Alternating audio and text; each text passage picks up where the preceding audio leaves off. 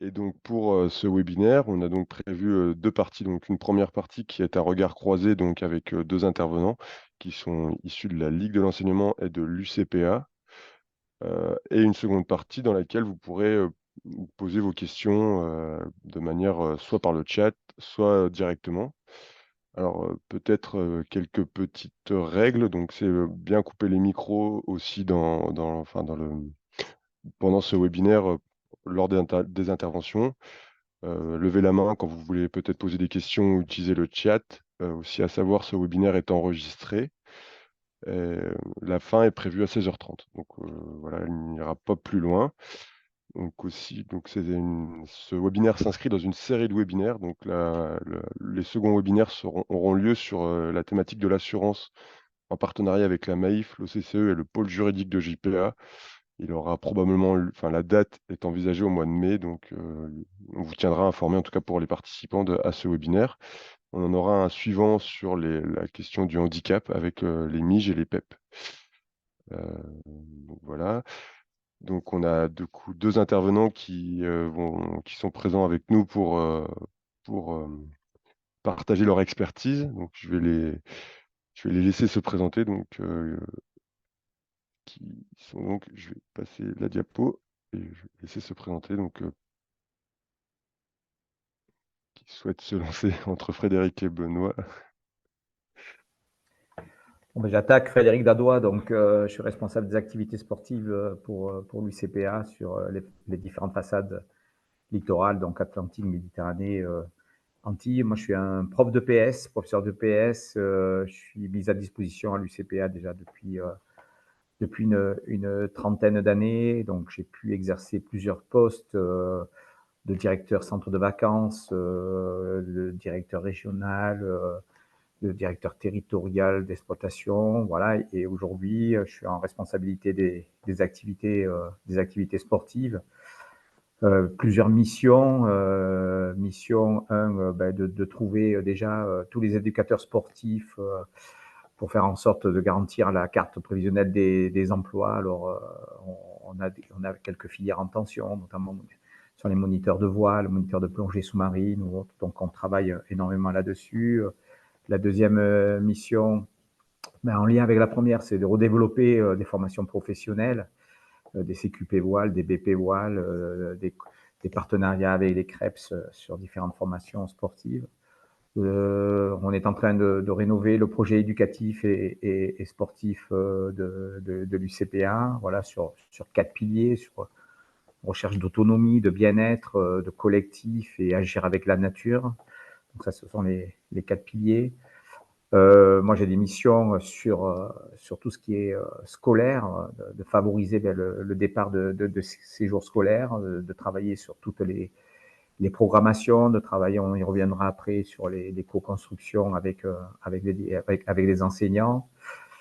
Voilà mes principales missions au sein de l'UCPA.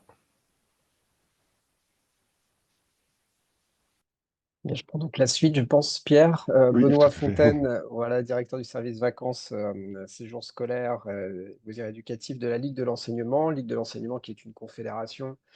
Donc j'ai la lourde charge aujourd'hui de représenter d'une certaine façon, à titre de notre représentation nationale, l'ensemble des fédérations départementales de la Ligue de l'enseignement qui sont implantées donc sur l'ensemble du territoire, ainsi que les unions régionales. Et la Ligue de l'enseignement représente à peu près un peu plus de 200 000 élèves qui partent sur l'un des séjours que nous organisons, que ce soit en France ou à l'étranger, ce qui doit peu ou prou représenter 8 000 classes, quelque chose comme ça. Donc quelques enseignants concernés et auprès desquels on essaye d'agir justement pour favoriser le départ en classe de découverte. Alors à dominante sportive, bien sûr, mais pas que. Donc voilà, une action sur l'ensemble du territoire, parcours, je ne sais pas s'il est très intéressant. En tout cas, je suis passé aussi, moi, par des fédérations départementales et délégué classe de découverte, très précisément en région Rhône-Alpes.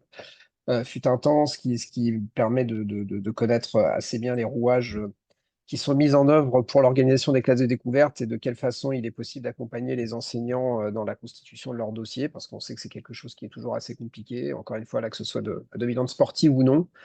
En tout cas, voilà, la Ligue de l'enseignement entend accompagner les enseignants dans leurs projets de classe de découverte qui elles-mêmes s'inscrivent dans leur projet d'école. Bien souvent, voilà, on essaie de décliner tout ça, de les accompagner au plus près sur les territoires. Et ravi d'être avec vous aujourd'hui. Très bien, bah, je vous remercie pour vos présentations respectives. Donc, on va pouvoir un peu rentrer dans le vif du sujet sur alors, une première question qui concerne les dénominateurs communs, puisque du coup, c'est un webinaire qui est organisé, enfin, qui est spécifiquement organisé sur les classes de découverte. Et donc, assez largement, ça concerne le premier degré et le second degré. Donc, quels sont les dénominateurs communs entre une classe de découverte à dominante sportive, entre le premier degré et le second degré?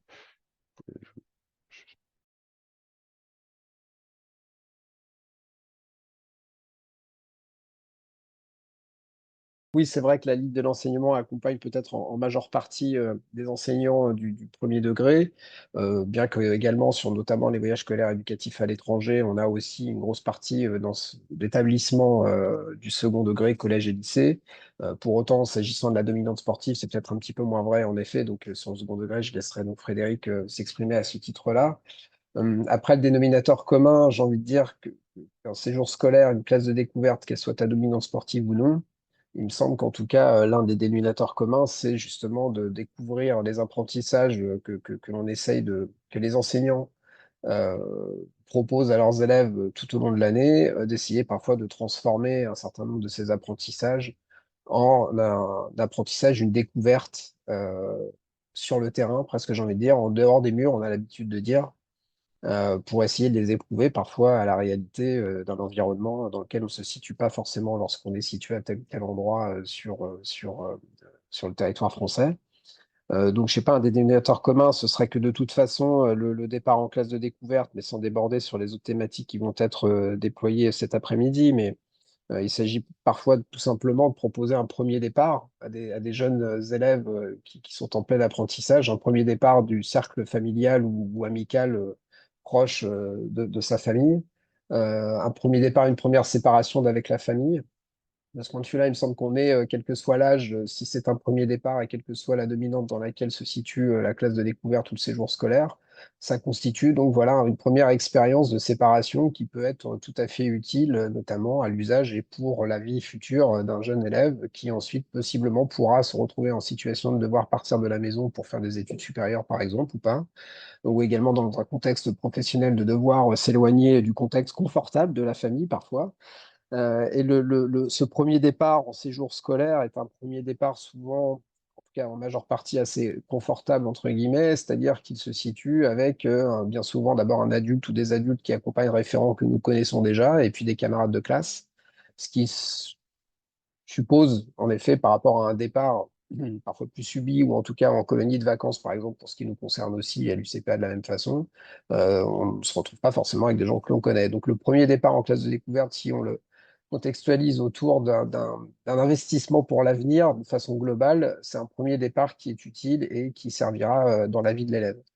Ensuite, euh, souvent aussi, ce que l'on constate, c'est qu'un élève, en tout cas en termes de cohésion de la classe, là aussi, il me semble-t-il que quel que soit le niveau et le cycle dans lequel ça se trouve, la cohésion de la classe, y compris au rapport à l'enseignant, est quelque chose qui est augmenté largement, le fait de devoir partir en classe de découverte et de vivre une expérience collective en dehors des murs de l'école, encore une fois, qui suppose aussi qu'il y ait un temps de vie collective, justement, autour des repas, autour du sommeil, autour des activités que l'on fait pas en classe, suppose qu'on a une cohésion de la classe qui est augmentée, et également, donc, encore une fois, rapport à l'enseignant. Donc, en cela, c'est forcément quelque chose qui constitue un avantage indéniable.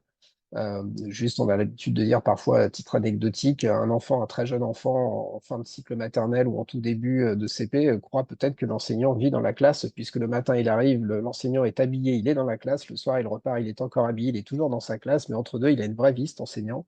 Et d'un coup, l'enfant découvre plus jeune, alors, il ne s'agit pas de dire que prendre les enfants pour des idiots, hein, bien sûr, c'est juste pour caricaturer, mais d'un coup, on a un rapport, j'ai envie de dire, humain qui est là aussi augmenté et qui permet, notre sens de se dire que voilà, ensuite, pour l'apprentissage, on est sur quelque chose qui est beaucoup plus fluide.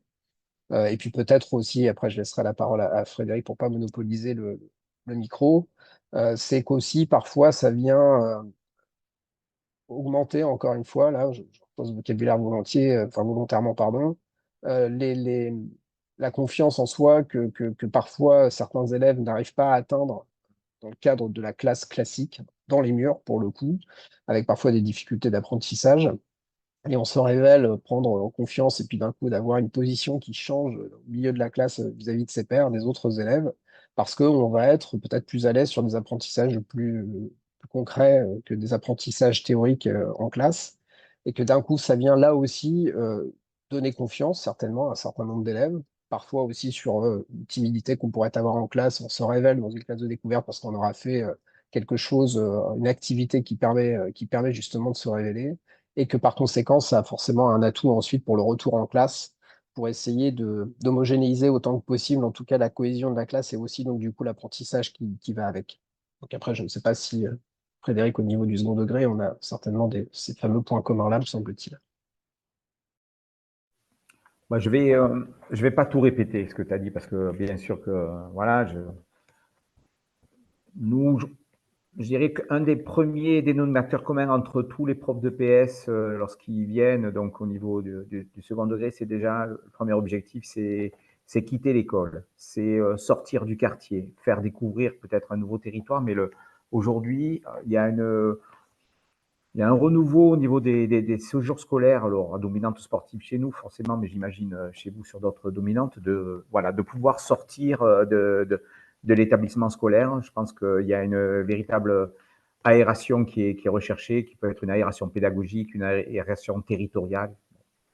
Le deuxième point, c'est lorsqu'on vient aussi, c'est d'essayer de venir pratiquer de nouvelles activités sportives qui n'auraient pas la possibilité de pratiquer sur leur établissement. C'est pour ça qu'on va avoir des dominantes au niveau de la voile, au niveau du surf, donc des activités que l'on ne va pas retrouver dans le milieu urbain. Et l'activité sportive devient un prétexte par rapport à tout ce que tu as dit sur la cohésion sociale, sur le vivre ensemble, etc. Donc ces points-là me semblent importants.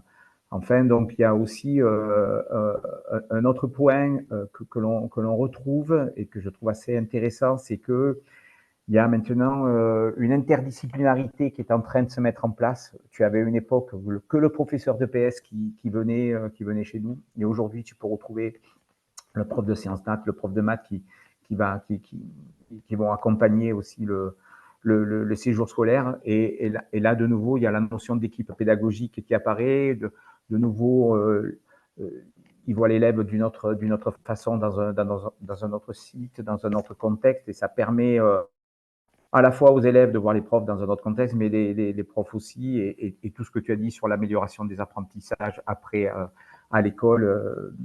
Donc, tout cela va être bénéfique. Voilà, bon, ça fait partie de quelques dénominateurs communs qu'on peut retrouver au niveau des profs et puis après qu'on peut retrouver bien sûr dans les objectifs d'apprentissage qui va y avoir donc sur chaque séjour.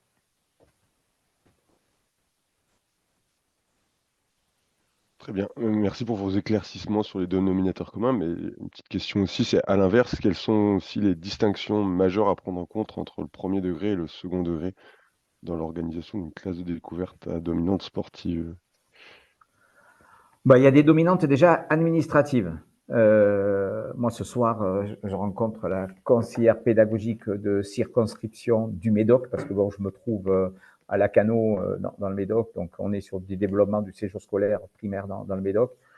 Des contraintes administratives au niveau des diplômes, au niveau des moniteurs. Je ne peux pas mettre face à des élèves de primaire, c'est la règle qui a été mise en place ici sur le territoire, des élèves moniteurs en formation, alors que je peux le faire au niveau du collège. Il y a toute une préparation pédagogique qui est beaucoup plus importante aussi avec les professeurs des écoles sur des objectifs sportifs, mais des objectifs liés à l'éducation à l'environnement. Donc, il y a toute une préparation beaucoup plus importante. Il y a une co-construction qui est plus importante avec les écoles primaires qu'avec les collèges. Il y a une notion qui est fondamentale aussi, c'est que il y a vraiment une différence entre un professeur des écoles et un prof de PS qui est souvent porteur du projet scolaire. C'est que le prof de PS, il peut avoir des compétences sur certaines activités qui vont être encadrées, voile ou surf. Et donc, on va parler de co-encadrement. Donc, il y a une sorte, malgré tout, de de délégation auprès de l'UCPA, auprès des encadrants sportifs de la part des profs de PS. Mais pour le coup, le professeur des écoles, lui, il va y avoir réellement une véritable délégation. Lui-même ne va pas forcément pratiquer aussi ces activités. Et donc, il y a un rapport de confiance que l'on doit mettre immédiatement sur toutes les activités que l'on va faire. Donc, on doit lui présenter un petit peu en amont tout ce qui va être fait. Il faut rassurer aussi le professeur des écoles par rapport à un séjour scolaire à dominante sportive. Je prends par exemple l'équitation, où là, pour le coup, on peut avoir des projets de sortie scolaire ou des projets de circonscription scolaire. Il faut carrément faire pratiquer le professeur des écoles parce que l'appréhension du cheval, l'appréhension du poney, pour que derrière, ça puisse se mettre en place avec les élèves. Donc voilà, la démarche, elle est différente sur le plan administratif, sur l'approche pédagogique, sur à rassurer l'enseignant, avec toujours cette volonté que l'on a nous aussi de pouvoir faire en sorte qu'il y ait un maximum de pratiques sportives durant le séjour. Peut-être, oui, non, simplement pour compléter, même si ça va être certainement pas redondant ou évident, enfoncer une porte ouverte, c'est que la différence majeure va se situer dans l'âge des enfants, tout simplement, et donc dans l'approche nécessairement avec laquelle on va devoir aborder à la fois les projets et l'accueil à proprement parler de ces enfants-là. Donc sur l'aspect légal, évidemment, le circuit d'autorisation va pas tout à fait être le même selon qu'on est au premier degré ou au second degré. Donc le rapport à la hiérarchie éducation nationale va être différent. Les niveaux d'autorisation vont être différents, les niveaux d'encadrement vont être différents, voire même parfois l'encadrement lui-même spécifique sur un certain nombre d'activités peut être différent également. Mais après, ce qui me semble être en tout cas la différence majeure, voilà, c'est la prise en compte de la sécurité affective collective de l'enfant dans l'accueil qu'on va lui proposer. Dans le cadre, voilà, on n'accueille pas tout à fait de la même façon un enfant qui va devoir dormir sur une structure. Encore une fois, je parlais pas tout à l'heure de premier départ, en tout cas de première séparation. Forcément, ça va pas se jouer tout à fait de la même façon entre un enfant de 8-10 ans et d'un ado, pré-ado qui serait au collège ou lycée. Donc, il me semble que c'est à ce niveau-là peut-être qu'effectivement, on va avoir une différence majeure dans l'approche et dans l'accompagnement de ce qu'évoquait Frédéric aussi, qui va être certainement un peu différent des enseignants, dans la constitution du dossier, d'abord inhérent au fait que légalement, en effet, les circuits sont un peu plus compliqués parfois. Au niveau du financement, on n'est pas non plus sur les mêmes rapports parfois non plus de financement des départs lorsqu'il y en a dans le premier degré et le second degré. Et puis, dans la constitution même, ces fameux socles communs dans lequel on s'inscrit et les apprentissages sont pas tout à fait les mêmes. Donc, les déclinaisons qu'on va retrouver à la fois dans les pratiques, parce qu'il y a ça aussi, là, c'est un prolongement à la classe de découverte des apprentissages que l'on va voir en classe. Là, ça doit rentrer aussi dans un projet d'école qui sera forcément nécessairement différent qu'on se situe dans le premier ou second degré. Et donc, forcément, la déclinaison et le prolongement de ces apprentissages dans la façon dont on va les aborder dans les activités que nous proposons dans le contenu des programmes de séjour seront différents. Mais globalement, voilà, c'est à ce niveau-là que ça se situe, me semble-t-il, cette différence. Ok, très bien. Bah, merci pour vos précisions sur les dénominateurs communs et à l'inverse, ces distinctions.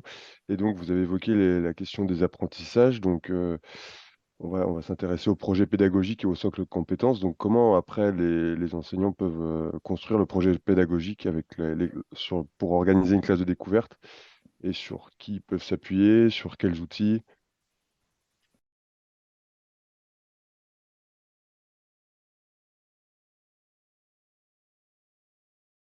etc. Moi, donc là, je vais être au collège, puis en même temps, je réponds à une question immédiate sur les classes de découverte, si ça facilite le travail des enseignants. Moi, ce que je perçois, parce qu'entre autres, par exemple, on a développé avec certains collèges des séjours d'intégration sixième, c'est-à-dire qu'ils font la rentrée scolaire au collège et puis immédiatement, ils partent en séjour voile ou en séjour différentes activités à dominante sportive où on va retrouver justement là l'interdisciplinarité, toutes les sixièmes avec tous les profs de PS, mais également profs de français, profs de maths, etc. Moi, ce que je dirais déjà, c'est qu'il y a une notion d'équipe pédagogique qui se crée, il y a donc une dynamique d'équipe qui se met en place, il y a les élèves aussi qui se trouvent tous ensemble, et je pense que ça permet aussi aux enseignants de mieux connaître les élèves d'entrée, mieux connaître les élèves dans leur pratique sportive, dans leur connaissance de leur schéma corporel, etc., etc. Et je trouve que par rapport à ça, ça va faciliter le travail des enseignants derrière, quoi. Moi, je suis très favorable à ces séjours de découverte, classes de découverte en septembre. Ça crée une super dynamique, une bonne connaissance des enfants, quoi. Ce n'est qu'un exemple sur une meilleure connaissance des enfants et aussi une meilleure connaissance des enseignants ensemble. Ils se trouvent enfin en dehors, je dirais, de la salle de classe. Moi, j'ai trop connu, quand j'ai été prof de PS, voilà, les profs certifiés d'un côté, les profs agrégés d'un autre. Là, on est tous ensemble. On vit ensemble avec nos différences. On peut enfin discuter interdisciplinarité, des passerelles qui peuvent se créer. Donc oui, moi, je pense que ces classes de découverte facilitent le travail des enseignants. Pour revenir à ta question, Pierre, sur les projets pédagogiques, il faut se rappeler une chose, c'est qu'un projet de séjour scolaire se valide en conseil d'administration au niveau d'un collège ou d'un lycée. Donc, ça veut dire que l'enseignant a déjà lui-même construit le projet PEDA, il est présenté auprès donc, du conseil d'administration, du chef d'établissement, et c'est validé. Moi, pour le coup, là, je reprends ma casquette de prof de PS, je vois de tout en tant que projet PEDA. Je vois des projets PEDA où il va y avoir, ça va être assez sommaire, je vais dire, quelques objectifs fixés. Et après, je vois des projets PEDA hyper élaborés avec des objectifs moteurs, des objectifs affectifs, des objectifs cognitifs qui vont être développés, qui vont être présentés. Mais là, on se rappelle une chose, c'est que lors d'un séjour scolaire, c'est l'enseignant qui est toujours, d'un séjour scolaire, c'est toujours l'enseignant qui est responsable de sa classe. Donc, il doit déterminer ce projet. Nous, notre objectif, quelque part, c'est déjà de connaître le projet de l'enseignant et de dire, voilà, nous, le projet de l'UCPA que l'on a sur les séjours scolaires, c'est ça. Est-ce que ça correspond avec votre projet? Comment on va faire en sorte de faciliter l'atteinte de vos objectifs? Est-ce qu'on va se mettre des indicateurs de réussite pour voir si à la fin du séjour, votre projet PEDA est-il réussi ou pas? Voilà, on peut être en soutien et aide, mais pour moi, celui qui doit élaborer le projet, ça reste quand même l'enseignant lui-même parce qu'il sait aussi quels objectifs il souhaite développer avec sa classe durant le séjour.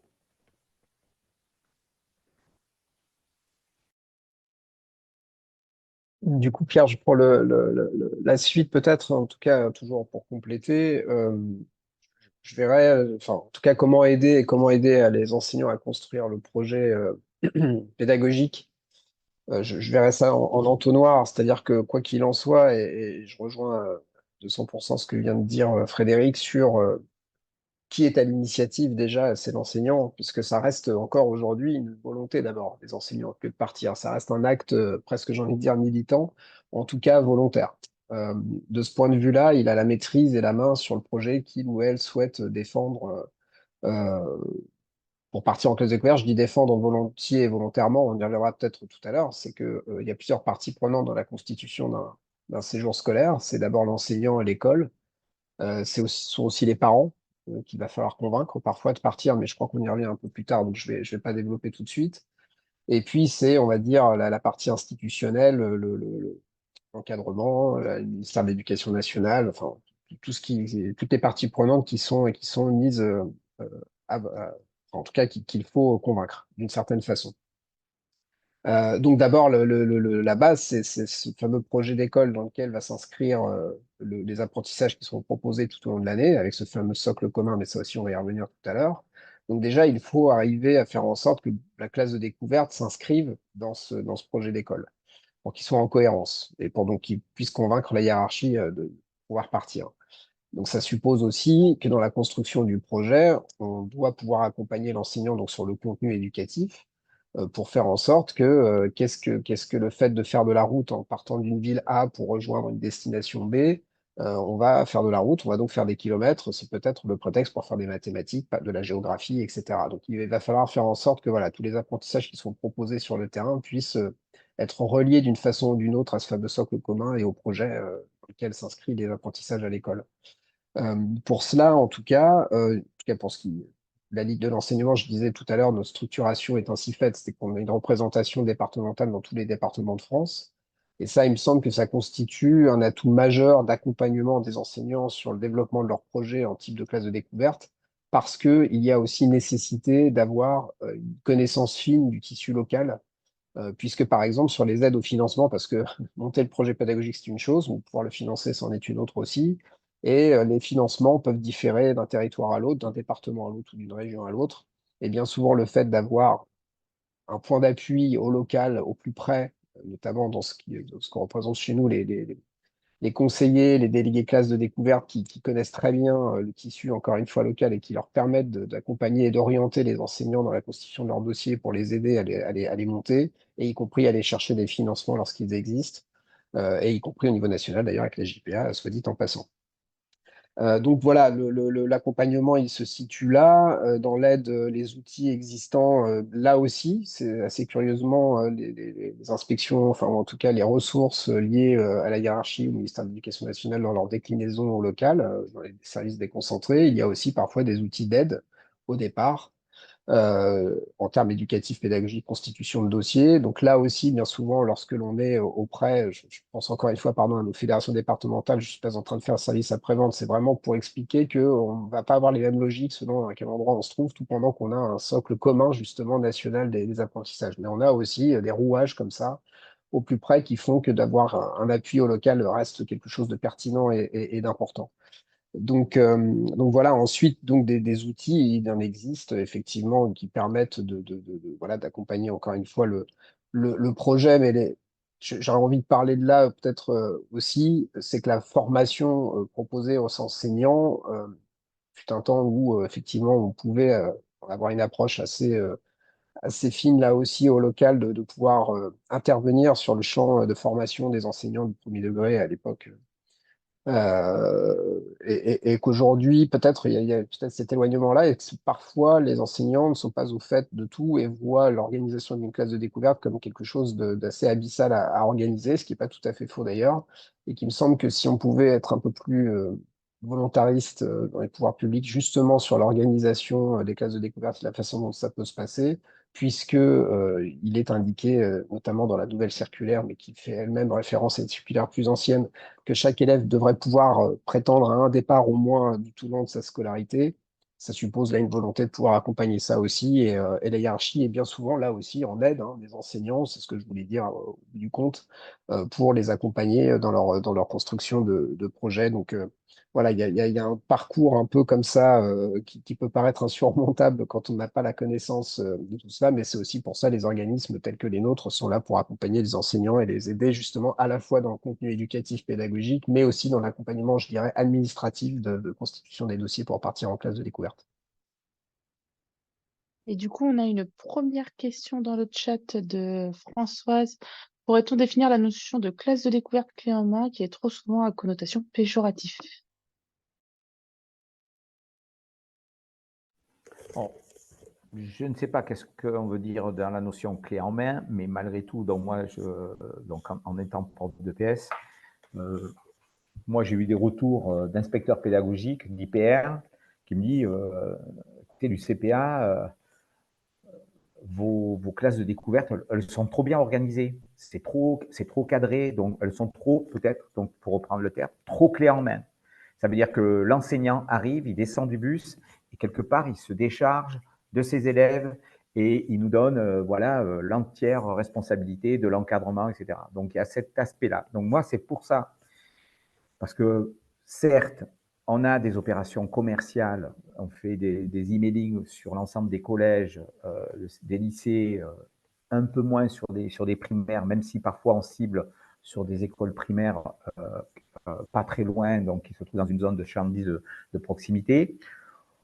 Ou derrière, lorsque l'enseignant a fait son projet PEDA, lorsque c'est voté, lorsque ça y est, chez nous, ça se passe avec le service groupe UCPA, mais on demande à l'enseignant de prendre contact avec le site où il va aller.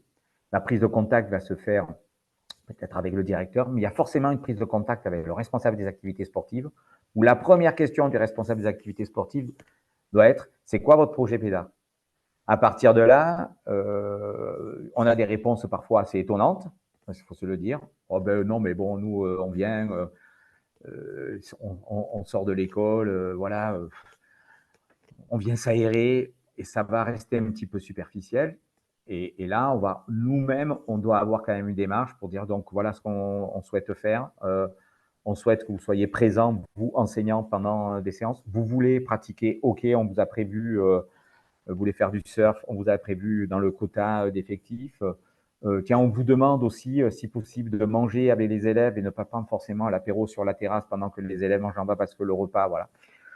Donc, cette notion-là, donc nous, on a toute une démarche, je dirais, d'accompagnement des enseignants avant le séjour, pendant le séjour, où au départ, parfois, on est obligé de faire des briefings.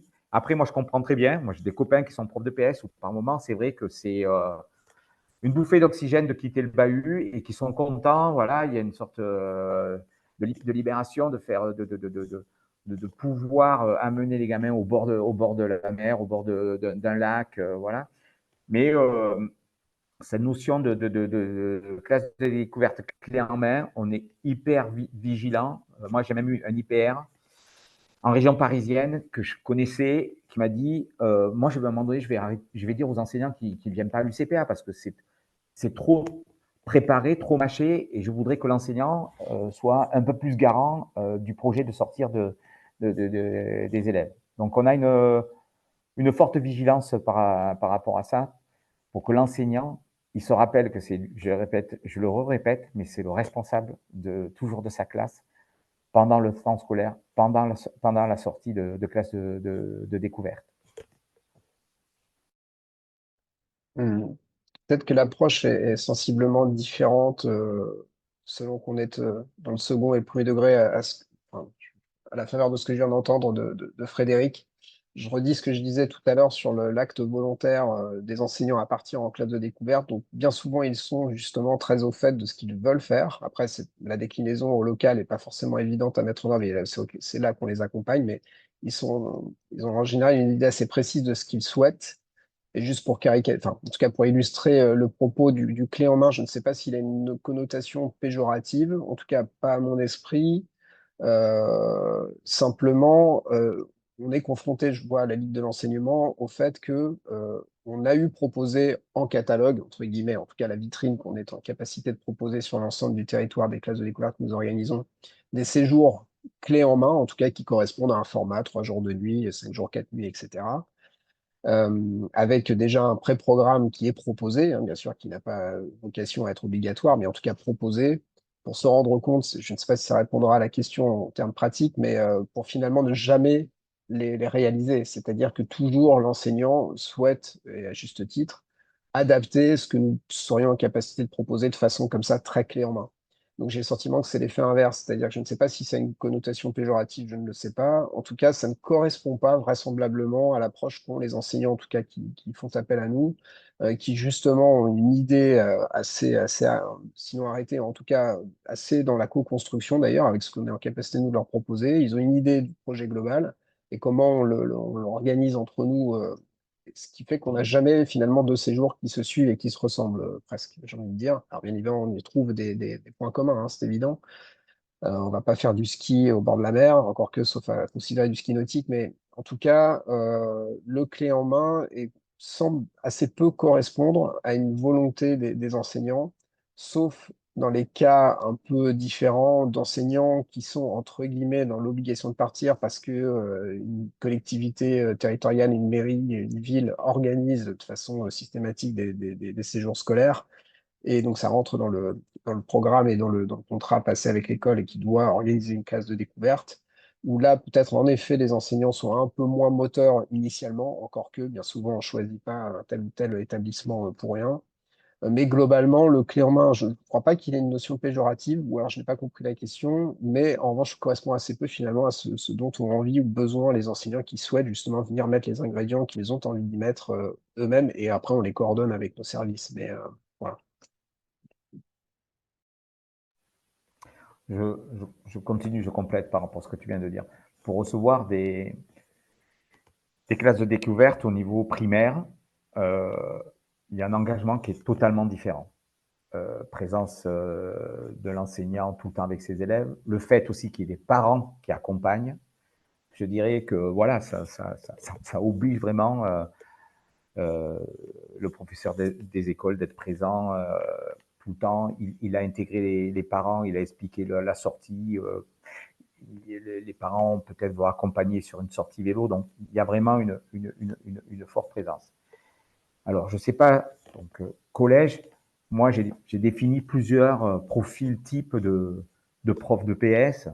Tu as le prof de PS qui va lui-même encadrer des activités sportives, sortie vélo ou escalade, certaines activités où il a les compétences pour pouvoir le faire, pour faire en sorte aussi que le séjour va lui coûter moins cher. Tu as celui qui veut aller aussi en camping plutôt qu'en hébergement en dur parce que ça va lui revenir moins cher.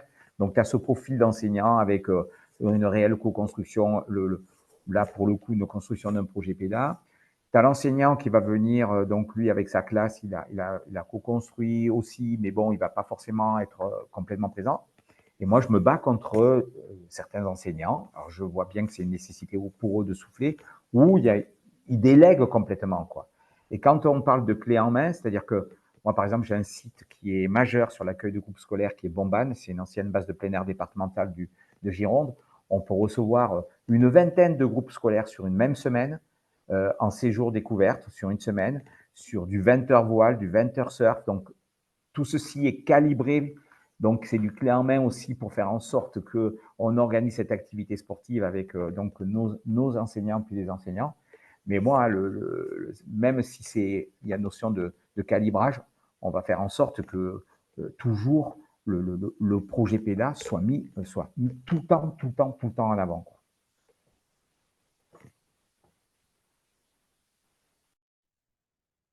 Ok, très bien pour vous. Je vous remercie pour vos précisions sur le projet pédagogique. Donc, on va poursuivre un peu dans le déroulement du webinaire et donc s'intéresser aussi à, c'est un aspect qui a déjà été évoqué sur la vie en dehors de l'établissement scolaire. Donc c'est un des aspects majeurs du coup d'une volonté d'organiser les classes de découverte d'après ce que vous avez dit.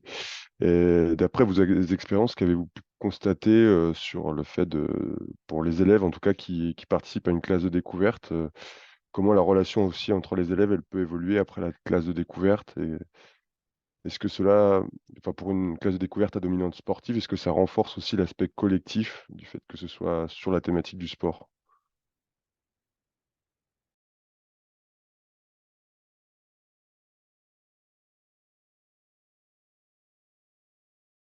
Je te laisse, Benoît. Après, j'ai commencé tout à l'heure. Merci, Frédéric. Eh bien, oui, alors c'est vrai que je peux spoiler tout à l'heure ce que peut-être il serait possible de redire ici, mais très clairement, voilà l'approche sur bon. En tout cas, c'est la transcription d'apprentissage théorique.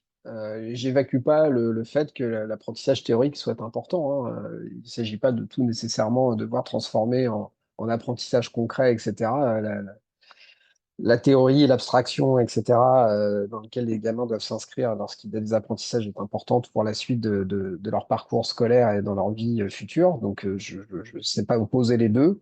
C'est complémentaire. C'est-à-dire que, en tout cas, en termes d'apprentissage à proprement parler, parce que il est important de rappeler aussi là, et parfois c'est aussi ce que l'on doit rappeler aux parents, lorsqu'ils sont en bas du car et que le car part en classe de découverte, souhaitant bonnes vacances à tout ce petit monde en général les enseignants apprécient, c'est qu'ils ne partent pas en vacances, ils partent voilà, continuer, prolonger les apprentissages de l'école à l'école, en dehors de l'école, dans les structures que nous proposons. Donc, il y a vraiment l'idée qu'on va éprouver au réel parfois un certain nombre d'apprentissages qui sont proposés dans la classe.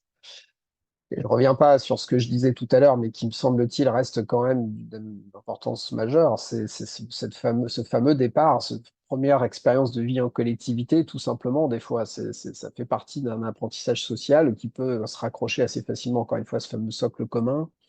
Et culture, hein, depuis 2013, on a rajouté le mot culture, je crois, de mémoire, en tout cas sur les dates, qui n'apparaissait pas avant dans le fameux socle commun et compétences.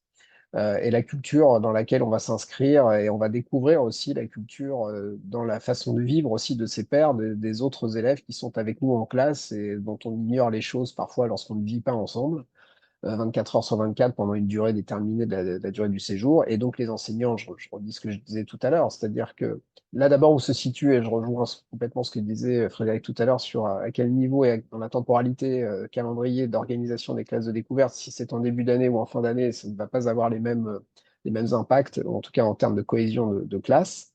Après, ça peut aussi être un outil de motivation en disant, en partant enfin, voilà, on développe, on déroule un certain nombre d'apprentissages qu'on va venir concrétiser en fin d'année, mais c'est vrai qu'en termes de cohésion de la classe, etc., et de rapport à l'élève avec l'enseignant, c'est vrai qu'un départ tôt dans l'année est en ça assez pertinent. Donc encore une fois, c'est cette relation qui va se nouer entre le corps enseignant, les parfois parents qui accompagnent. Ça, c'est presque un effet collatéral pas forcément voulu, notamment pour l'enfant qui va voir le parent qui accompagne. Alors, c'est parfois rassurant, mais c'est quand même un petit peu embêtant parce que finalement, au niveau du projet de rupture, etc., c'est un peu raté. Mais en tout cas, voilà, ce rapport entre l'équipe éducative qui va accompagner le projet de classe dehors, enfin en tout cas de voyage scolaire, va se renforcer indéniablement, la cohésion de la classe indéniablement. Encore une fois, l'approche aux apprentissages sera augmentée, il me semble. Donc, bon, voilà, évidemment, je me prêche comme convaincu et comme j'imagine beaucoup de convaincus autour de ce webinaire aujourd'hui, mais ça n'a que des intérêts et que des aspects positifs, quoi, évidemment. Évidemment, je partage complètement. Moi, mon premier poste a été à Mantes-la-Jolie, quartier du Val-Fouré. Lorsqu'on a fait une sortie scolaire, quoi, un séjour scolaire à Vannes, mais la classe, elle a été complètement transformée. Moi, je suis parti avec un prof de techno, je suis parti avec un prof d'anglais, j'étais moi-même donc prof de PS, une approche totalement différente des élèves. Tu les vois dans un contexte différent, même s'il y a eu quelques petits épisodes durant le séjour, quoi. Moi, je suis un militant des classes de découverte, je vais dire. C'est du militantisme. Et du militantisme parce que je considère que l'on va voir l'enfant, l'élève, dans un autre contexte. Tu vas le voir au moment des repas, tu vas le voir en soirée, tu vas le voir dans la vie collective, tu vas le voir dans la pratique sportive, dans des nouvelles pratiques sportives, tu vas avoir une meilleure connaissance de l'enfant et de l'élève. Et lorsque tu es enseignant, c'est primordial de bien connaître l'élève. C'est pour ça qu'aussi, moi, je prêche sur des projets interdisciplinaires pour que d'autres enseignants, d'autres disciplines viennent sur ces séjours parce qu'eux-mêmes vont découvrir le gamin. Moi, j'ai eu parfois des phrases assez étonnantes. Oh ben dis donc, mais qu'est-ce qui se débrouille bien ce gamin, et là, tu regardes le prof de français et tu dis, ouais, il a une très forte intelligence motrice. Et là, le prof de français qui te regarde, qui te dit, mais ah bon, mais ça existe? Oui, ça existe, une intelligence motrice. Ça existe. Et donc là, ça permet aussi voilà, de créer un petit peu des schémas de rupture, de créer des analyses beaucoup plus fines au niveau des gamins. Et je suis persuadé, parce que bon, moi je sais que prof de PS, on a fait quand même 4 années d'études après le bac pour être prof, on nous a appris à enseigner, et ça aide aussi les autres enseignants aussi sur des discussions pédas que tu n'as pas forcément le temps de faire durant toute ton année. Et donc voilà, c'est bénéfique pour les enfants, c'est bénéfique pour les enseignants. Sincèrement, moi, les séjours découvertes, alors pour le coup, je dirais un côté bénéfique du Covid. Il peut y avoir des effets bénéfiques du Covid. J'ai vraiment l'impression que nous, on s'aperçoit qu'on n'a jamais eu autant de réservations de séjours scolaires. Même sur certaines semaines, on est complet, on essaye de voir comment ça se passe. Donc, tous nos sites sur certaines semaines du mois de juin, vraiment, ça remplit très bien. On a le même cas sur les colos de vacances, quoi. Les parents ont compris que c'était hyper compliqué d'éduquer leurs enfants. Donc, là, ils t'envoient leurs gamins en colo de plus en plus en disant, si vous pouvez vous en occuper, ça m'arrange. Et donc, bon, moi, je crois sincèrement qu'il faut qu'on puisse vraiment nous dédier encore plus des moments d'accueil de ces groupes scolaires. Et moi, j'ai vraiment une vraie volonté de développer ces séjours scolaires sur septembre-octobre. Il n'y en a pas assez, et je pense que ça pourrait être hyper bénéfique pour toute l'année scolaire après pour la suite.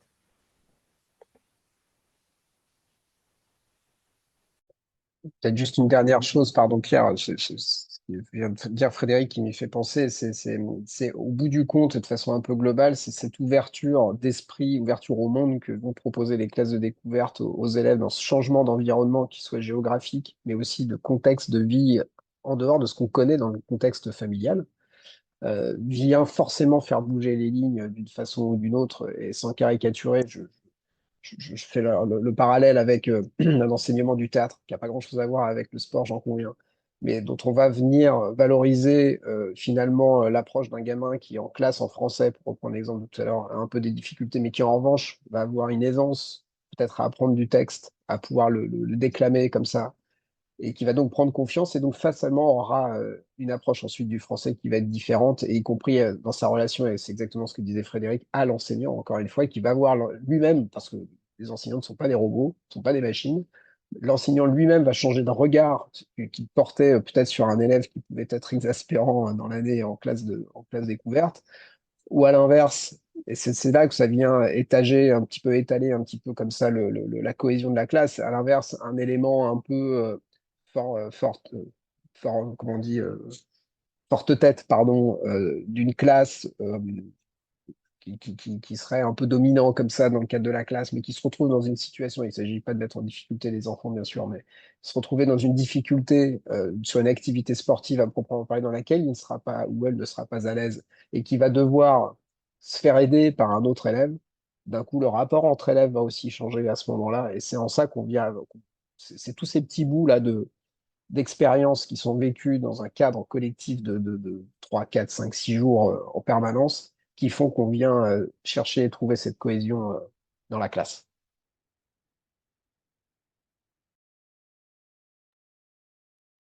Merci beaucoup pour cet ensemble de précisions qui nous donne envie de participer ou d'organiser des classes de découverte. On a une question de Florence je l'invite à prendre la parole pour poser sa question.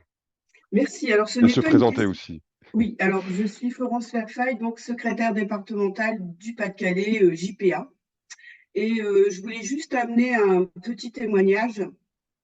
Je suis professeur, enfin, j'étais professeur des écoles et je suis partie en retraite récemment au mois de septembre. Et j'ai participé avec mes élèves à 2 classes de découverte dans ma carrière et amener la confirmation qu'il y a vraiment un avant et un après classe de découverte, c'est-à-dire qu'on revient avec une cohésion dans la classe, parmi les élèves et avec leurs enseignants. Dire aussi que c'est une chance pour moi de partir pendant sa scolarité en classe de découverte et notamment en école primaire, parce qu'on est vraiment acteur en tant qu'enseignant sur le projet pédagogique. Sans doute plus, d'après ce que j'ai entendu, en tout cas, c'est un peu dans notre métier, dans notre pratique, d'être vraiment acteur du projet pédagogique quand on s'en va en classe de découverte. Et dire aussi que ce qui est un peu inquiétant à mes yeux, c'est qu'il faut remettre cette communication, cette information en formation initiale des enseignants. C'est quelque chose qui est en train de se perdre à mon sens, et dire aussi que la responsabilité énorme qu'on a, parce qu'on est responsable 24 heures sur 24 des élèves dans ce contexte tendu de l'éducation nationale, à mon avis, fait qu'il y a peut-être plus de réticence et de peur de la part des enseignants à partir actuellement en classe de découverte. Voilà, c'est un petit peu le témoignage que je voulais amener. Merci Florence pour votre témoignage. Donc, on va un peu poursuivre sur le déroulé. Donc, on a parlé de peur, mais on a parlé aussi de parents. Et on a parlé aussi de parents qui veulent se libérer de leur enfant pendant les vacances scolaires. Mais il y a aussi la peur du coup des parents qui n'ont pas confiance forcément en l'institution scolaire pour les laisser partir. Et du coup, comment vous pouvez, enfin, quelles sont les méthodes que vous utilisez pour rassurer les parents aujourd'hui qui peuvent être dans des situations d'inquiétude sur ces sujets?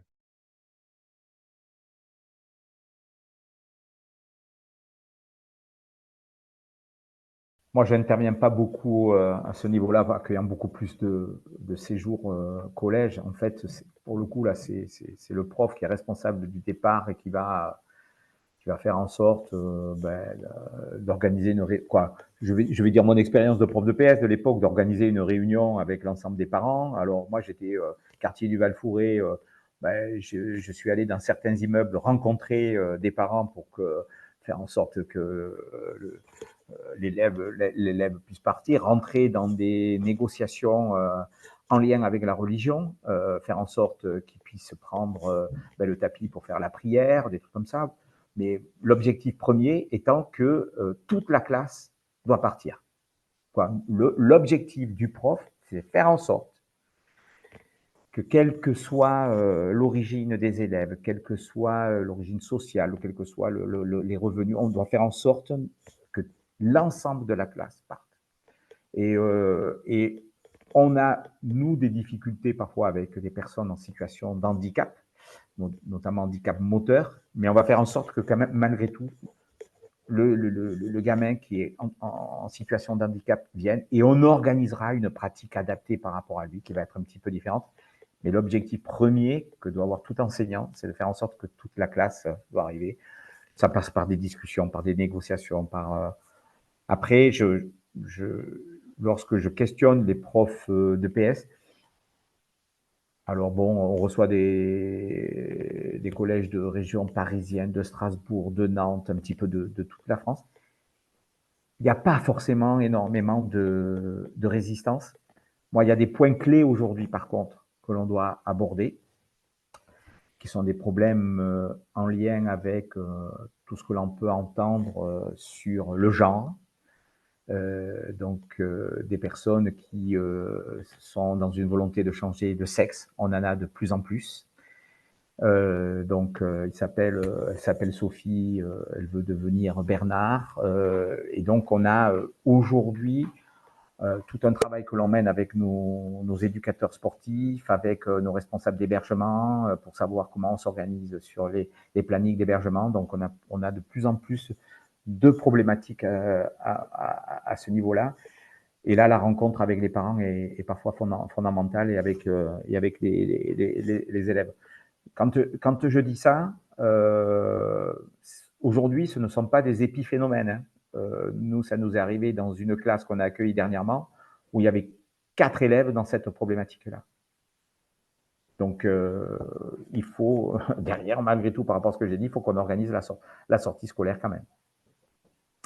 Je laisse Benoît compléter. Merci Frédéric. Sur la crainte des enseignants ou des parents à laisser partir les enfants en classe de découverte, évidemment, oui, la réaction, la première en tout cas, ce sont ces fameuses réunions d'information que nous proposons, là encore une fois au plus près, hein, l'implantation géographique nous le permet, c'est-à-dire qu'on est en capacité de déployer des réunions auprès des élèves, donc des familles et donc des enseignants dans les écoles. J'ai envie de dire, la Ligue de l'enseignement, mais certainement tout autant que l'UCPA, j'ai envie de dire, est une institution presque. Donc déjà, de ce point de vue-là, une forme de légitimité, une association complémentaire de l'école. Donc on est, disons, je pense que rien que ça suffit parfois à rassurer, parfois, pas toujours, pour le départ en classe de découverte. Et bien souvent, on se rend compte dans les réunions que nous organisons avec les parents qu'en effet, les questions qui sont formulées par les parents touchent assez peu au contenu éducatif, pédagogique des séjours. Ça arrive, bien sûr, il y a des questions, mais qui sont normalement préalablement déjà, entre guillemets, désamorcées puisqu'on les présente lors de la présentation du projet, soit par l'enseignant, soit par nos équipes, selon. Mais les questions qui reviennent sont forcément toujours d'ordre plus sur la vie collective, comment ça se déroule, et on vient déconstruire parfois aussi des a priori qui sont formulés autour de la non-mixité, évidemment, dans les chambres, sur comment se passe le temps de vie collective de la toilette, comment se passent les repas, qu'est-ce que mon enfant va manger, qu'est-ce qu'il va devoir découvrir, qu'est-ce qu'il va être forcé de manger, est-ce que, voilà, s'il ne mange pas, s'il a un régime végétarien, est-ce qu'il pourra... voilà, donc ça touche autour de ça, et donc quand on a la possibilité, et donc ça suppose qu'il y ait déjà eu un projet, qui est déjà un projet en route, d'avoir un échange direct avec les parties prenantes. Et bien souvent, on arrive à déconstruire, à désamorcer les éventuelles objections, freins qui sont formulés, pas pour tous. Il y a des parents pour qui c'est juste impensable de laisser partir son gamin. Mais enfin, en tout cas, quand on a ce premier point d'appui, d'accroche, parce qu'il y a un projet déjà initié, bien souvent, on arrive quand même à faire en sorte que d'emporter la décision et de faire aboutir le projet. À côté de ça, en parallèle, il y a tout l'aspect, le volet économique et financier du séjour qui doit permettre à l'ensemble des élèves de partir et donc de faire les actions nécessaires pour permettre aux enfants de partir parce que ce n'est pas gratuit de partir en classe découverte et ça n'est pas gratuit de les organiser. Voilà.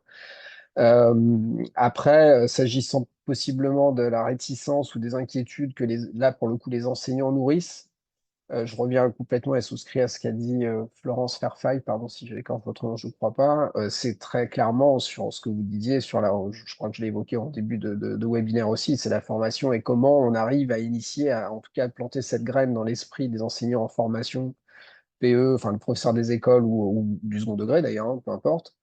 Comment on arrive à faire en sorte qu'il y ait un projet qui s'initie pour nous permettre de pouvoir justement en discuter avec les parties prenantes pour porter la décision. Et voilà. Donc, mais c'est d'arriver justement dans ce socle, en tout cas de formation des enseignants, à être le plus présent possible. C'est vrai hein, sur certains territoires, mais qu'il y ait quelque chose d'un peu commun à cet endroit-là dans la formation générale des enseignants, me semblerait être une bonne approche pour justement déconstruire parfois un certain nombre de difficultés. Après, on ne peut pas nier non plus, et je rebondis sur ce que disait Pierre, sur ça donne envie d'organiser ou de participer ou d'être, pourquoi pas, observateur d'une classe de découverte, parce qu'effectivement, il s'y passe des choses juste incroyables avec les gamins, avec les enseignants aussi.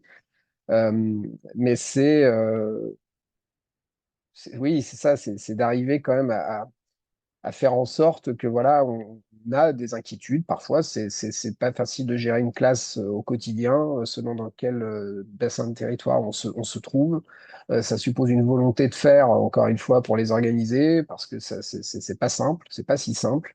Et que voilà, donc c'est pas toujours, quand on a du mal à tenir sa classe déjà au quotidien, s'imaginer partir avec ses élèves 24-24, je peux comprendre et entendre que ce soit pas, c'est pas d'une évidence telle que voilà, on y va sans réfléchir. Mais tout ça, encore une fois, suppose qu'on soit on déconstruise un certain nombre de priori parfois qui peuvent être véhiculés, et on essaye, par exemple, dans notre approche communication à la Ligue de l'enseignement, de plus en plus d'essayer aussi de communiquer au-delà des seuls enseignants, au-delà du seul corps enseignant à l'éducation nationale, c'est d'essayer de communiquer auprès du grand public sur ces sujets-là. Il y a peut-être un angle, une zone grise un peu là, un angle mort. Les parents sont partie intégrale, prenante et intégrante pardon, du projet. S'ils ne sont pas convaincus, c'est difficile de laisser des enseignants en confiance. Parce qu'à l'inverse, je parlais de bassin de population parfois où on est sur des difficultés territoriales, voilà, de difficultés sociales telles que s'imaginer partir en classe, mais à l'inverse, tout autant, il est compliqué dans des bassins d'autres populations, sans caricaturer, mais quand même, où les parents d'élèves sont parfois plus enseignants que les enseignants, et à chaque apprentissage, l'enseignant est remis en cause sur ses fondements, façon d'enseigner, etc. Partir dans ces conditions-là en classe de découverte, c'est pas simple, parce que ça suppose certainement voilà, des difficultés à gérer ensuite en dehors même de la responsabilité que ça représente, mais aussi sur le niveau d'apprentissage. Voilà. Donc en tout cas, d'essayer de communiquer auprès du grand public pour que, y compris les parents, soient absolument convaincus du bienfait de partir en classe découverte et qu'ils ne partent pas en vacances. C'est une parenthèse pendant le parcours scolaire, mais ce n'est pas un départ en colo. Et qu'on continue l'apprentissage, on prolonge l'apprentissage, et si les parents sont convaincus de ça, eux-mêmes seront demandeurs à un moment donné, et ça fluidifiera certainement l'approche. Mais je rejoins ce que disait Frédéric, on a beaucoup de demandes de départ en classe de découverte, donc bon, ça va. Ça veut dire que ça continue d'exister, et on voit que les enseignants sont encore porteurs de beaucoup, beaucoup de projets. Alors, peut-être avant de donner la parole à Bérangère, j'avais deux petites questions pour nos intervenants. Une première question, c'est est-ce que parfois la pratique sportive se trouve parfois limitée en séjour, limitée par les parents qui se questionnent, par, j'allais dire, la pression collective. Et puis une deuxième question dans un tout autre sujet, c'est est-ce qu'une classe de découverte sportive, c'est plus cher qu'une autre classe de découverte?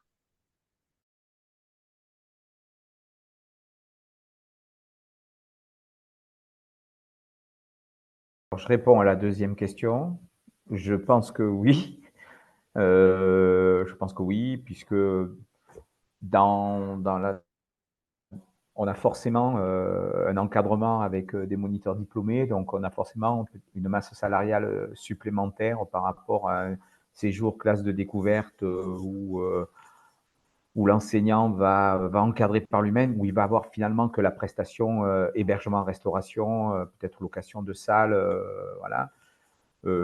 On a des classes de découverte, nous, ce qu'on appelle sur du mi-temps sportif, ou sur la deuxième partie, il va y avoir de l'environnement, la constitution d'un aquarium, etc. Donc voilà, et donc forcément, on est sur des séjours moins chers. Bon, forcément, le calcul de coût de revient, lorsqu'il y a de l'encadrement sportif, il va être sûrement plus cher. Après, pression, non, on n'a jamais eu de pression de quoi que ce soit.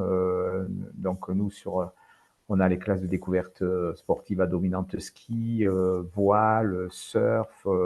On a réussi à mettre en place des classes de découverte plongée sous-marine aussi, qui est top. On fait ça avec des profs quartier nord de Marseille. On fait donc non, pression, on n'en a pas parce que donc nous, notre vocation, c'est l'accessibilité au plus grand nombre pour pratiquer des activités sportives de plein air. Et cette accessibilité, elle se veut économique, elle se veut géographique, elle se veut sociale et elle se veut technique. Que quel que soit ton niveau de pratique, tu dois être en capacité de pouvoir pratiquer cette activité sportive.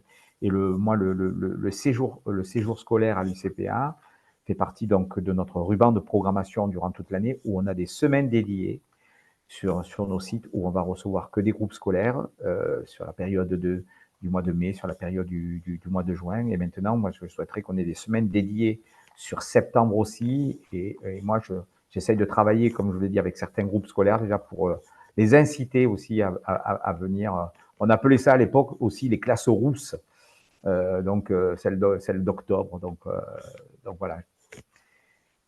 Pas de pression de notre côté. Peut-être pour compléter l'approche économique de l'organisation d'une classe de découverte, évidemment à dominante sportive, mais pas que, impose qu'en effet, il y a un coût à tout cela à organiser. Il ne faut pas l'évacuer. L'accessibilité d'un point de vue social, géographique, etc., qu'évoque Frédéric, évidemment, on y souscrit à 200%, économique aussi. Pour autant, encore une fois, cela coûte d'organiser et de bien les organiser et d'avoir les personnels compétents qui sont formés eux aussi. Ça coûte de se former également. Et il me semble que je crois que c'est Christian Dominé, président de la JPA, qui évoquait cela en préambule, en propos liminaire à ce webinaire. C'est dans le plaidoyer la vocation à faire en sorte que chacun des élèves puisse connaître un départ en classe de découverte, a fortiori à dominante sportive, avec un encadrement qualifié, c'est-à-dire que ça, c'est une injonction normale, légale de l'institution qui veut que les encadrants soient qualifiés pour le faire, donc encore une fois formés, et que ça a un coût. Si on veut aller au bout, très clairement, et si on veut faire en sorte que chacun des élèves parte effectivement en classe de découverte et dans des bonnes conditions, mais pas au moins 10 ans, mais dans de bonnes conditions qualitatives, d'encadrement éducatif, technique, etc., eh bien, ça suppose fatalement qu'il y ait un accompagnement des pouvoirs publics, très certainement au départ en classe de découverte. C'est ce qui commence à faire jour avec cette fameuse loi, projet de loi, pardon, proposition de loi même, dont je crois vous allez parler tout à l'heure. Mais ce n'est pas possible de laisser imaginer qu'on pourrait organiser des classes de découverte gratuitement. Ça n'est pas gratuit. En revanche, quel accompagnement on propose aux familles de façon générale et collective pour faire en sorte que aucun élève ne reste à quai au moment du départ d'une classe DEC, parce que ça, c'est un crève-cœur pour les enseignants, c'est absolument horrible. Donc, comment on accompagne cette volonté à l'idée que les enfants, si toutefois on considère que dans le projet d'un pays, que les gamins puissent connaître ce type d'expérience-là, et nous, enfin, je crois que vous l'avez compris, et je crois qu'on est tous à peu près convaincus autour de ce webinaire-là, que c'est un engagement majeur dans l'éducation de nos enfants, eh bien, auquel cas, il faut l'accompagner, parce que ce n'est pas gratuit d'organiser tout ça. Et c'était quoi l'autre question, Aurore? Du coup, j'ai oublié, pardon. L'autre question, c'était de te dire, est-ce que parfois la pratique sportive sur certains sports, elle peut se retrouver, elle peut parfois être limitée sur certains séjours, pression des parents ou le Parce que le groupe sport serait qui... dangereux, c'est ça, ou ce genre de Non, choses? parce qu'on se dit que, par exemple, je sais pas, la voile, faut se mettre en maillot de bain, j'en sais rien, des choses comme ça, ou voilà. Est-ce que parfois il y a des retours ou des demandes de non, pas ce type de sport, quoi. Alors non, comme Frédéric, alors c'est pas impossible que ça existe, mais je n'ai pas la remontée de cette nature. Non, pas à ma connaissance. Voilà, c'est peut-être insatisfaisant comme réponse, je suis désolé, Non, mais non, mais ça veut je dire que veux c'est pas plutôt une bonne inventer. nouvelle. Non, mais ça veut Oui, dire oui. que on reconnaît plutôt le caractère un peu universel de l'ensemble des sports et donc du coup, on se limite pas dans une pratique scolaire, en tout cas du sport. Mm. On pourrait avoir voilà, tout un tas de questions, mais il nous reste encore un petit quart d'heure sur ce webinaire. Est-ce que la salle a des questions? Martin de Rêve de Mer, je vous laisse la parole. Voilà, bonjour tout le monde. Merci pour ces interventions intéressantes. Moi, j'avais en fait différentes questions à poser, mais c'est surtout en fait un constat, c'est que finalement, les classes de découverte sportive, alors peut-être qu'effectivement, le mois de mai, le mois de juin fonctionne bien, le mois de septembre, il faut le dire, en primaire, c'est quand même plus compliqué parce que les enseignants ont des difficultés à remplir le dossier avant, disons, en mai-juin pour un séjour en septembre-octobre. Or, effectivement, les classes rousses, comme on disait à l'époque, sont quand même des classes intéressantes parce qu'elles fondent vraiment le groupe classe, on en a parlé. Donc, il y a ce constat sur les difficultés de printemps, d'automne, de septembre-octobre. Mais également, il y a pas que le mois de mai, juin et puis septembre-octobre, il y a les autres mois de l'année. Et donc, j'interroge sur les possibilités de classes de découverte à d'autres saisons et éventuellement peut-être à la recherche de thématiques. C'est aussi un petit peu pour ça que dans ma question que je posais par écrit, est-ce que vous voyez émerger des tendances, des attentes des enseignants sur des nouvelles thématiques et des nouveaux besoins des enseignants?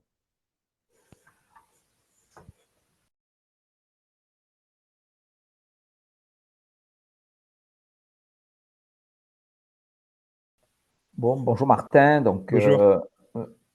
en fait, bon, moi, je vais te répondre aussi par rapport à la saisonnalité. C'est-à-dire que là, pour le coup, nous, on a énormément de séjours scolaires au ski sur janvier, même sur le mois de décembre, sur les 15 premiers jours du mois de décembre, sur janvier.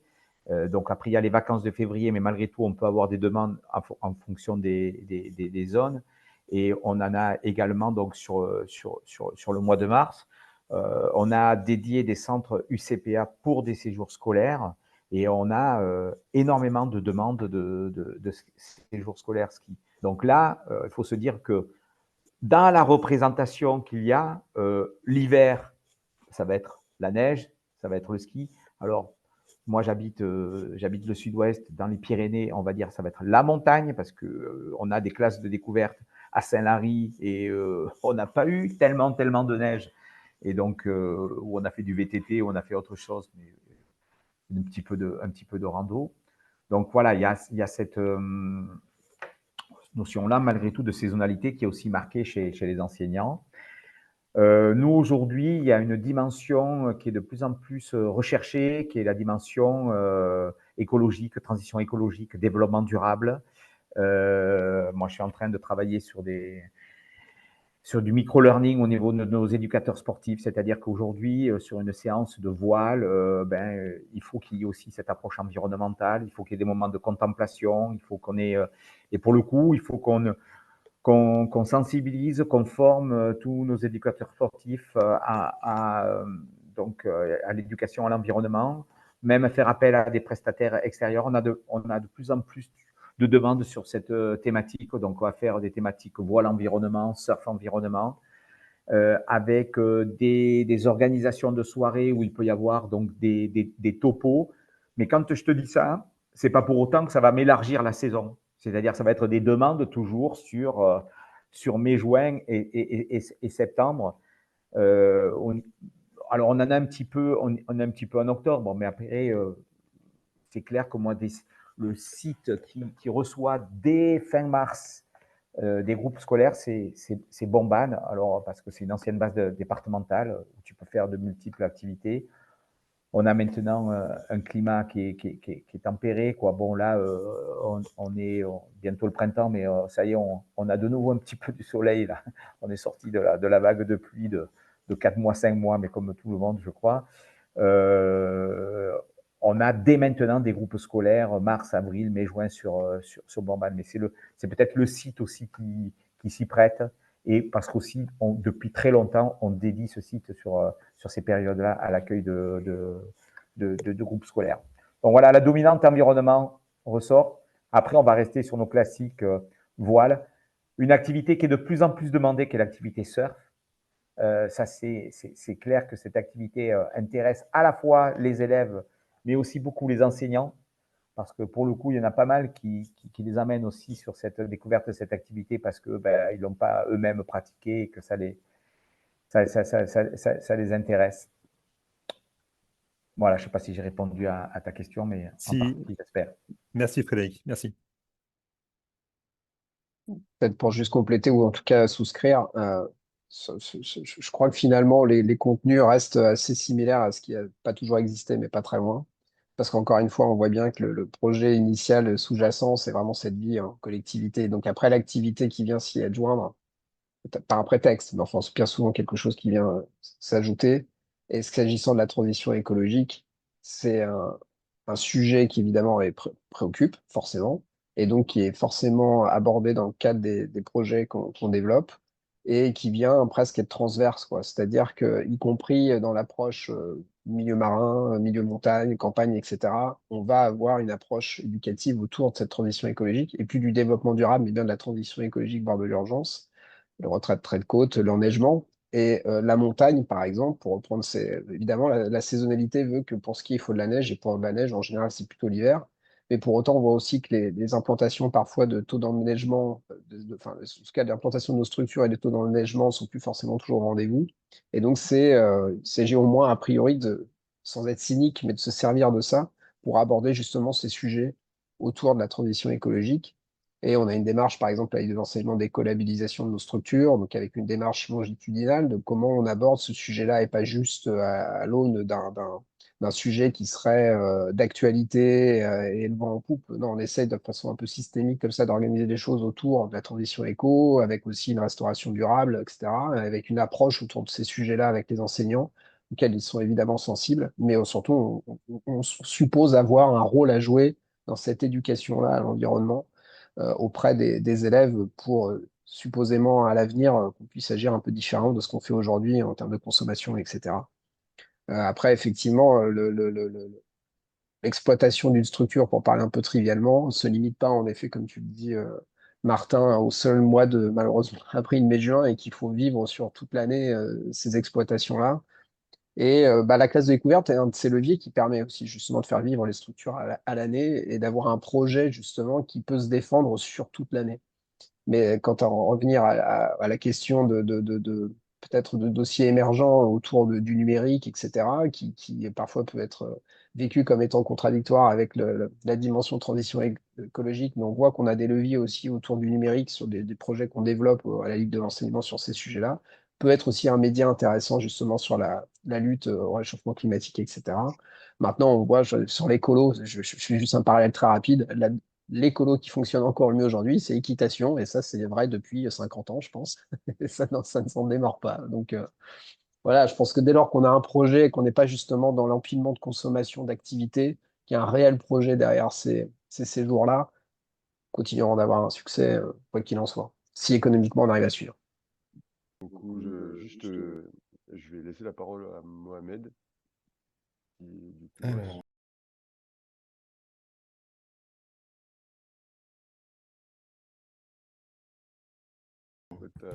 intervenir. je ne sais pas si vous m'entendez. Très bien. Oui. Alors déjà, bonjour tout le monde. Je vais me présenter rapidement. Alors, je vais saluer Aurore Sada. Je ne sais pas si tu te souviens de moi. On s'était croisés dans d'autres circonstances. Alors, Mohamed Zaoui, donc, je suis professeur des écoles et j'organise tous les ans une classe découverte. Et alors, tout à l'heure, vous parliez de militantisme pour les classes découvertes. Je passe un peu pour un ovni au sein de l'éducation nationale parce que je pars tous les ans. Mais je pense que c'est aussi dû à mon militantisme ailleurs. Je suis militant au niveau de la Ligue de l'enseignement. Donc, j'ai été président de la FED 28. Donc, voilà, je pars tous les ans. Et en fait, vous parliez aussi de la formation initiale des enseignants. Depuis cette année, j'interviens au niveau d'un INSPE, enfin de l'INSPE Centre-Val de Loire, et c'est vrai que cette demande revient souvent des étudiants. En fait, ils ont envie parce que ça fait peur de monter ce genre de séjour. Et du coup, on est parti sur un module d'organisation, comment organiser un voyage scolaire. Et en fait, il y a une énorme demande. Quasiment tous les étudiants voulaient s'inscrire. Et je trouve qu'il y a matière à... Enfin, il faut essayer d'insister là-dessus, quoi. Alors, ma question, j'y viens un petit peu. Je pars tous les ans et en fait, je me retrouve face à une difficulté qui est... alors, j'enseigne en REP, euh, à une vraie difficulté financière. Donc, d'ailleurs, j'en profite aussi pour remercier la JPA qui tous les ans me suit et sans laquelle je ne pourrais pas partir honnêtement avec mes élèves.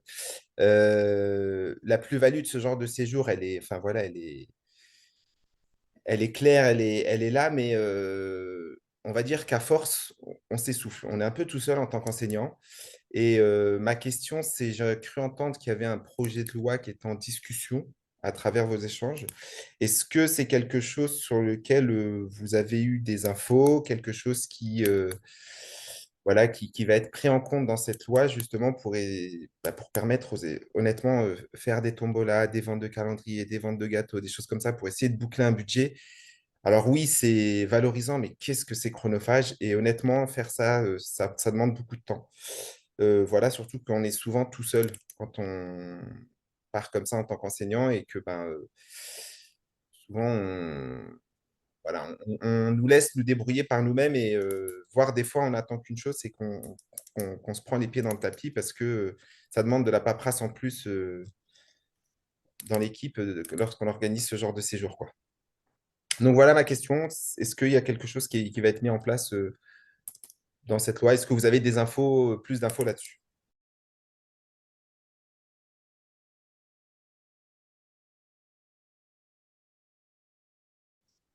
Merci Mohamed. Du coup, ça nous donne presque les mots de la fin. En tout cas, on a dit qu'on en parlerait en conclusion sur le principe de la loi. Du coup, effectivement, vous l'avez sûrement vu passer sur les réseaux. Une loi a été votée à l'Assemblée nationale le 31 janvier et le 1er février dernier.